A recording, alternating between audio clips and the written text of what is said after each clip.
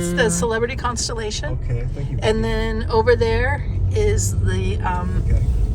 I believe you. yep, it's the Royal Caribbean's Brilliance of the Seas. Alrighty, Vern. And they're all here at night. And then straight ahead is the Norwegian Dawn.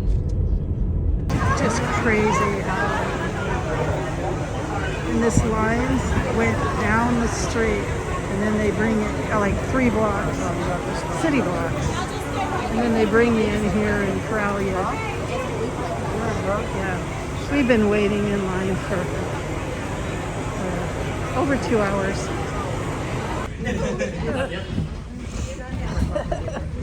5 minutes till time.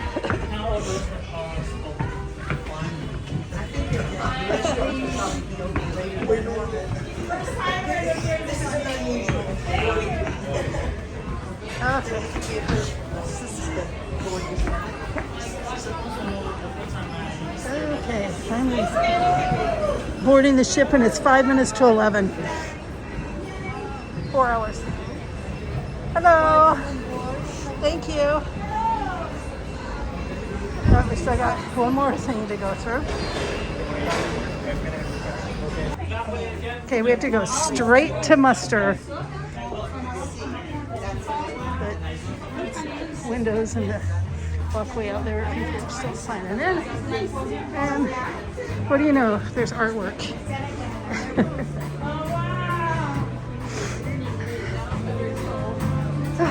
It's been a while since I've been on the ship. I don't remember. Oh, yes. Yes, I do now. It's that little opening with the French restaurant. I think they said they were going to open restaurants tonight because people are probably hungry. Yep, that one's open. That's bamboo Chinese and sushi, and it is no charge. Muster station. Oh, look out there. Okay, we are in room 11502, and that is only one room from the end of the boat, the front of the ship. This is a club balcony suite, but it's not really like a suite in the sense of getting all the special stuff with a suite. It's more like a mini suite. The ship was, I think, updated at one time, and each table has 2 shelves, and it's actually a king-size bed and a sofa table, and then another little bench. Don't know where that goes. A little wet bar area.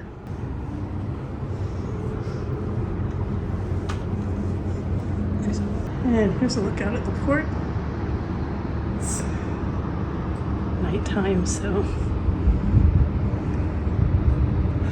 last time our room was on the other side. We got to see all the cool downtown stuff. There's just one room beside us, and then it turns into the bridge. So just an overview. Looks pretty spacious. Yeah.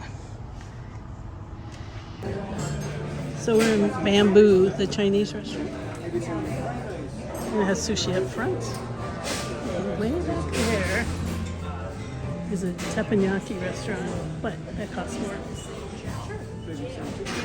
We just need a little something because it's late. Sorry about the finger. Okay, so here's the menu. And like I said, this is all included. Someone for you? Hello. Hello. You guys had a long day.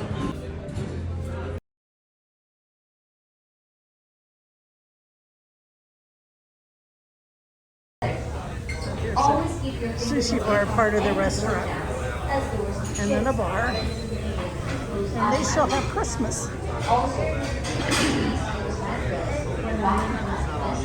Down there is the French restaurant and a cigar room there, and then a bar down there too. Let's see what's over here. A building. brain, humidity, and other processes. Nice big promenade. At least they got a Christmas tree there too. It's got musical instruments on it. All right. And the shops are down here. So we're outside on the deck. And this is, I forgot what they call this. Something's wharf, I think. The drill is now officially completed. Thank you for your attention. Yeah, we came up when we were driving here. We were on that road. Remember, we saw those blue trees on them. Erica commented on them. What that is? Oh, it's a checkers game. Brilliance of the Seas is leaving. It is 12:20 or 12:25. I'm looking out on the horizon to see if I see a constellation. So I can't tell if the constellation is still here. So don't usually get to see ships moving out at night this close. We did one time in Port Everglades, which is Fort Lauderdale, because there was a oil spill in the port, so they didn't let any of the ships go, so we left at like 9, but it was dark. But this is a little different. The ships are quiet. You don't hear a lot of the horns going off. You don't hear a lot of music and people hollering because it's late. And people who've traveled here today had a very long day.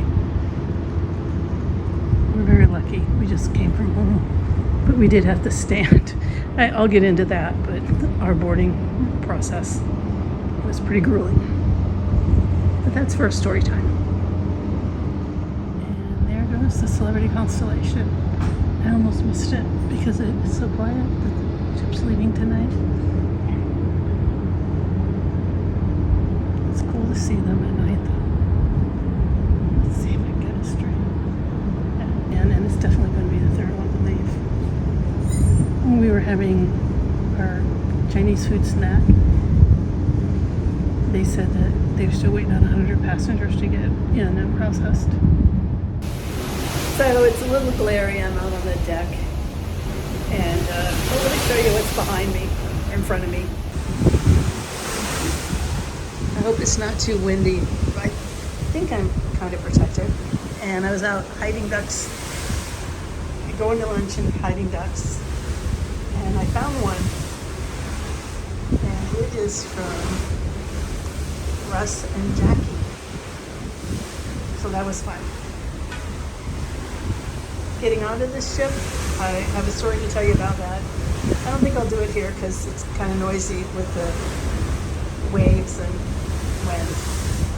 But yeah, I had a really nice lunch. Their lunch menu in the main dining room is pretty nice, actually. It was good. Yeah, liked it. I'll definitely go back there for lunch again, but I'm going to go because it's glary for me. See ya. So after a quick nap, I'm going to try to get rid of more of these ducks. I got rid of quite a few of them today.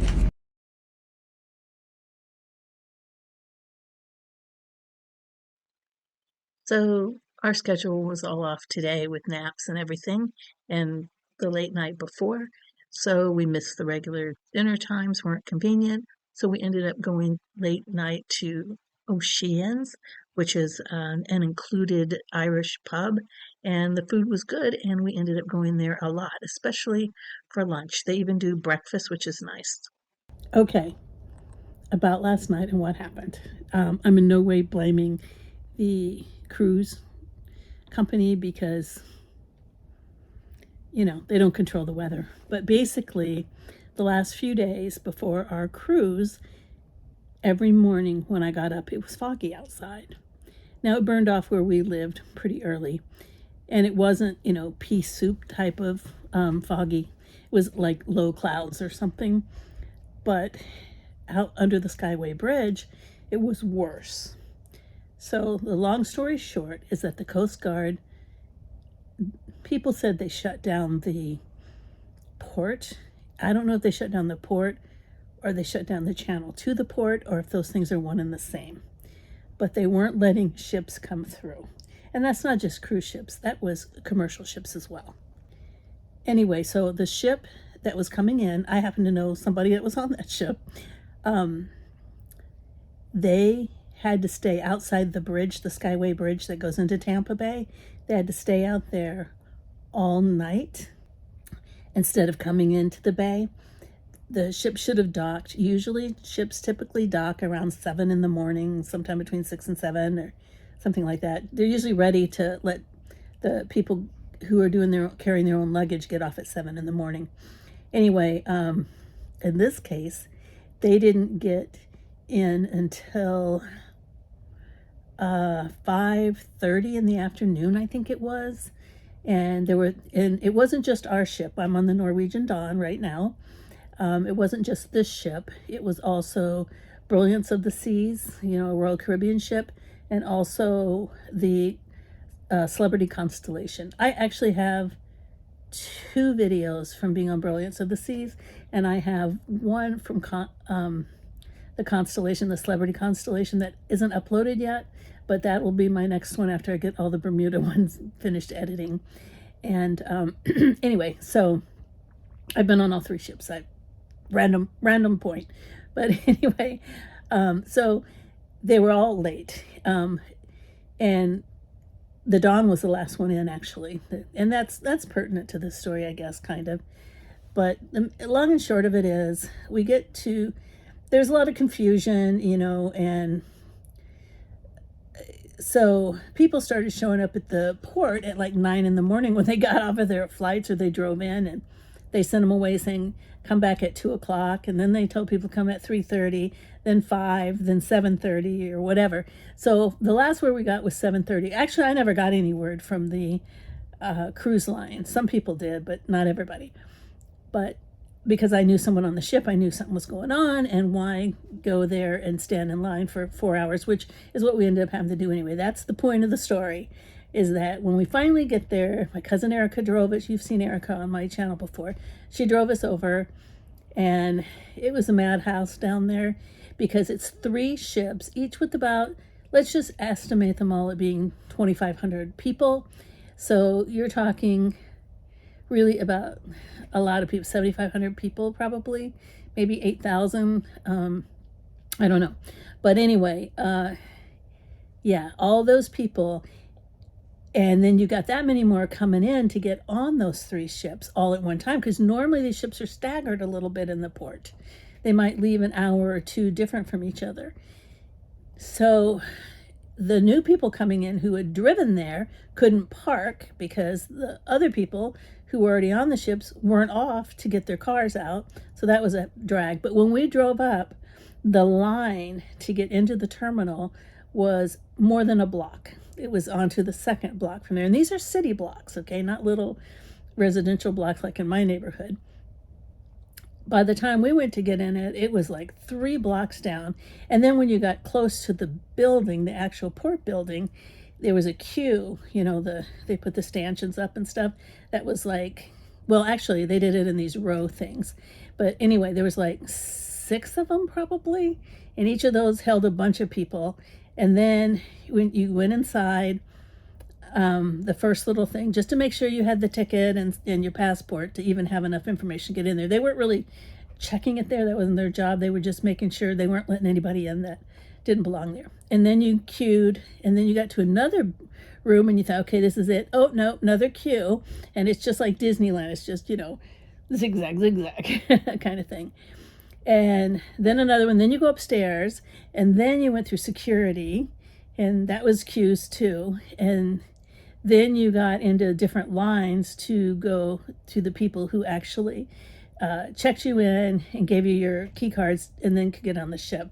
And so when we got there, when Erica dropped us off, we had to be dropped off across the street and then you take your luggage over and check it in at the beginning of the line, and then well, really it's the end. It's not really the end of the line, but it's the area by where you will go into the building after you go through the queue, the long line. Sorry, I'm losing you here. I'm just trying to be modest. So when she dropped us off, it was between 6:30 and 7. So probably by the time that we really got into the line, it was probably 7. And we didn't get onto the ship until after 11. So 4 hours that you have to stand and, barely walk. It was a killer. If you have, like me, plantar fasciitis, standing like that on cement is horrible. I'd be better off walking than standing.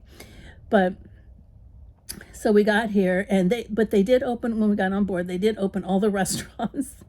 And yeah, and when we were in line waiting, my friend that was on there was telling me that she was still there, that they hadn't called her number to even get off yet. And it was like 6 something at that time. And the stateroom people have to clean the rooms and stuff for us. And anyway, and normally at 11 something at night, these restaurants aren't all open, but they opened a few restaurants because people were hungry. And so here we are eating at midnight and going to bed at 1:30, and in fact, we went to bed after 1:30 because I think our ship sailed at 1:30. It was supposed to sail at 4 in the afternoon. As a result of all of that, our first stop the next day, we were supposed to be in Key West, which is one of the reasons I picked this particular sailing, because we haven't been to Key West in a really long time. And they couldn't go because there's no way, the captain said there was no speed that the ship would go that would get us to Key West. So we just had a sea day today instead of Key West. And tomorrow was supposed to be a sea day anyway, and then to the Dominican Republic. But because we didn't go to Key West, we're going to get to the Dominican Republic early. But they can't really take us early. So we'll get there at like 3 in the morning, but we can't really, push up to the pier until the scheduled time of like 7 or something. So that's what happened. A lot of people were angry. I mean, the other people on the ship that, like my friend was on, a lot of them missed their flight because they were trying to fly out right after their cruise. My friend luckily, scheduled a day in between. Yeah, so they missed that. They missed their flights or whatever. I think one of the things that people in our group, the people getting on, were mad about is that all 3 cruise lines sent buses over and took people to the mall, dropped them off at the mall, but they never went and picked them back up.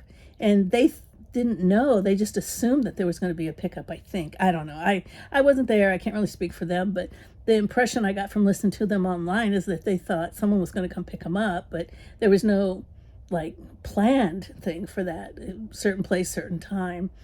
So some people went to IKEA, some people went to the mall. So that was it was a little, when you got something like this going on, there's going to be some confusion and stuff, especially with them telling people different times. And I know people that were on my ship, the people getting off and the people getting on, think that they should get some kind of compensation for this. It's really weather related, and you can't tell the Coast Guard what to do. It's a dangerous area because the Coast Guard lost a boat and lives right in that area due to bad weather. So there's that. People on the other ships were compensated immediately. They have a different company. This is NCL, and the other 2 are Celebrity and Royal Caribbean, and they are owned by the same parent company. So I don't think they do one thing on one ship and not on the other. So they got some sort of compensation for their trouble. And even then, watching it and reading online, some of them said, oh, they compensated us. And then they're like, well, it wasn't enough or whatever. So I don't know. I just don't think in situations like that you can make everybody happy because it's an unfortunate situation. So, but yeah, I'm left with an ailing foot from plantar, which I didn't care for. I wish there had been another way of doing it. If they would have given us numbers and we could have gone and sat in a restaurant or something until a certain time. I wish they could have put something together like that. But I do know they put all of this together at the last minute, and because they kept thinking, according to my friend who was on the ship, see, I was getting information that some of them didn't. They kept thinking, okay, well, maybe in an hour, maybe this, maybe. At one point, they needed to get pilots, to pilot these ships in, because there was also commercial ships out there, not just cruise ships, and they all need a pilot to come in. Well, it was a holiday, technically, it was the day after New Year's, but New Year's was on a Sunday, so the federal holiday is Monday. So there were less workers, longshoremen and pilots. Of course, they're all going to work on a holiday because they get, plenty of money. But they may have made plans, or they just weren't expecting to be working, I guess I'm saying. But the long and short of it, as I said before, is that it was a really big hassle in downtown Tampa. You should have seen it. You should have seen it. There, you got 2,500 people forming the lines and queues trying to get on a ship all at the same time. So, but in all honesty, I am less bothered by that, although my foot hurts, but I am less bothered than I am right now trying to watch that TV over there. I like to, sometimes on a cruise, I just like to at night and just enjoy a movie before I go to sleep. The movies here cost $9.50. Now, I'm used to, Royal Caribbean. I'm used to Holland America. They don't charge for movies. Yeah, I don't think I've ever paid for a movie on a cruise ship before, but I just did, so I'm going to go watch it. Bye-bye.